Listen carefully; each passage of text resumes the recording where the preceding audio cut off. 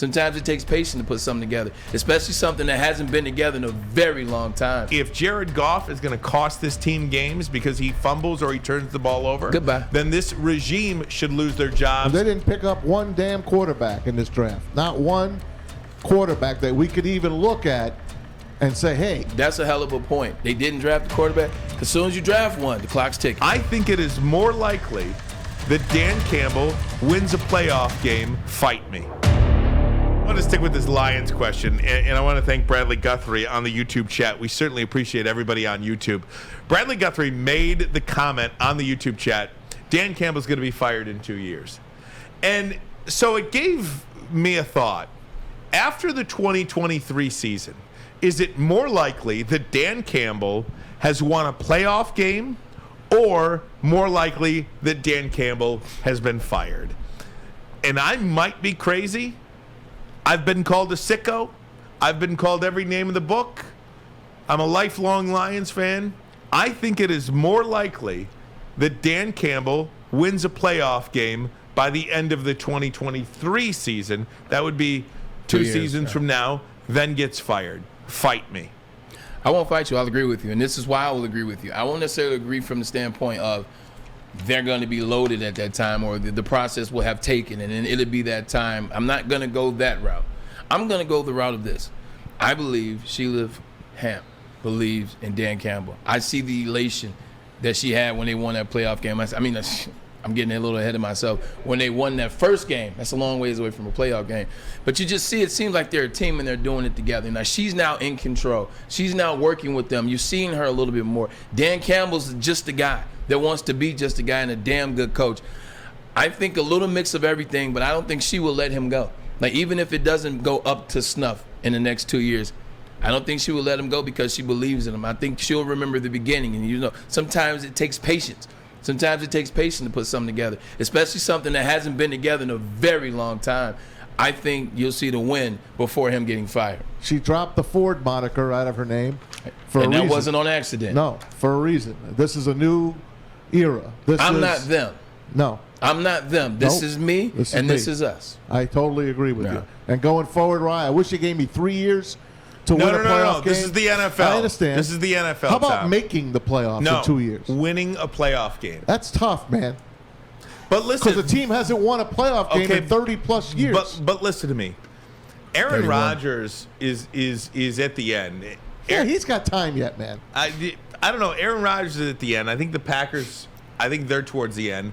I am not a fan of Minnesota. I don't like Kirk Cousins, and I think Chicago is a mess themselves. But that is different than. That's not what you asked. You Correct. said you're talking about him winning a playoff. Yeah. Getting there, I agree with you on that. But you still got to beat the Tampa Bays of the world. You got to beat the Rams of the world. I'm not saying a division championship is out of the realm of possibilities within the next 2 years. That's where I am. I'm going to say he's not getting fired. He'll have them competing in 2 years. They'll make a playoff in 2023. Will they win?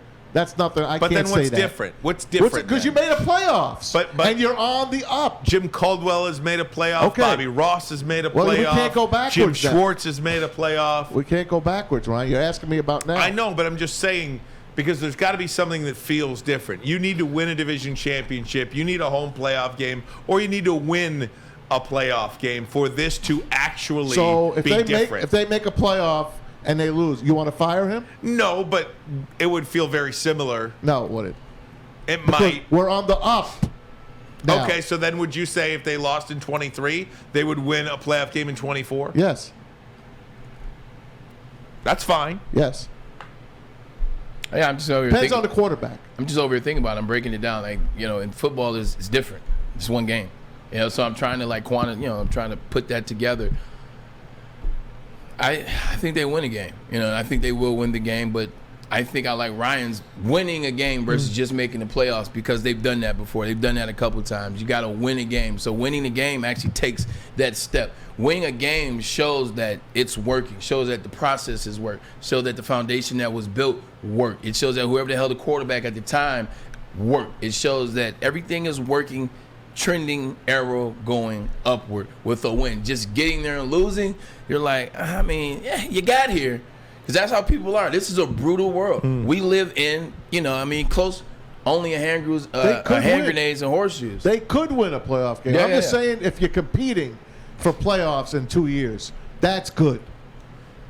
But again, I go back to This is a team that's the bottom of the barrel, man. I understand, and I understand the quarterback situation is what it was in Cincinnati, but you're talking about the worst team in the league in 2 years making it to the Super Bowl. With Joe Burrow. I understand. We don't have Joe Burrow. I understand. No, I don't Still is think you do. But you're Still is only building, one person. but you're building your team differently, or at least that's what we are told, right?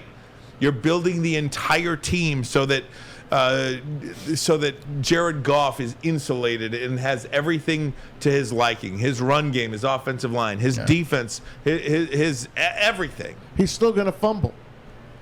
His hands didn't grow. Then you know what? Then I'll tell you this much. If Jared Goff is going to cost this team games because he fumbles or he turns the ball over, Goodbye. then this regime should lose their jobs because they did not see this coming. They did a poor job at the quarterback position, and they believed and put all their chips in on Jared Goff. For that alone, to me, that's a fireable offense. Kind of like the Suns putting all their money in Chris Paul. And they didn't pick up one damn quarterback in this draft. Not one quarterback that we could even look at and say, hey, you know why they didn't do it? And I'll tell try you why to they didn't do develop. it, because they don't want us saying, put in the backup quarterback, because that's what the Lion fans will be yelling in week 4. It's funny you say that. Like, I know you're being funny I'm not. with that comment, and if you're not, then that's even better. He's 100% right.